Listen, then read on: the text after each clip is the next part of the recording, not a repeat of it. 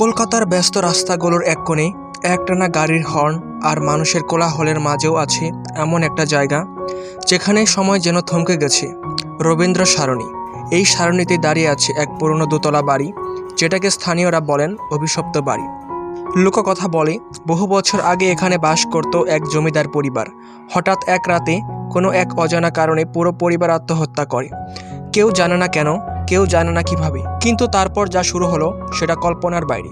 রাত গভীর হলেই সেই বাড়ির জানালায় দেখা যেত এক সাদা শাড়ি পরা নারীকে, চোখে মুখে ভয়ার্ত এক অভিব্যক্তি।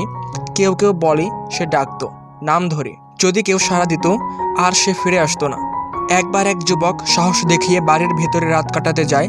সকালবেলা তাকে রাস্তার পাশে পাওয়া যায়, চোখ দুটো হা করে খোলা, মুখে এক রাশ আতঙ্ক। সে শুধু একটাই কথা বলে, ওরা আমার চারপাশে দাঁড়িয়েছিল, ওরা আমাকে ছাড়বে না। আজও রাত বাড়লে ওই বাড়ির পাশ দিয়ে হাঁটতে গেলে শোনা যায় কান্নার শব্দ, আর মাঝে মধ্যে ভেসে আসে ধূপ ধূপ পায়ের আওয়াজ, যেন কেউ এখনো সেই বাড়ির ভেতর ঘুরে বেড়াচ্ছে।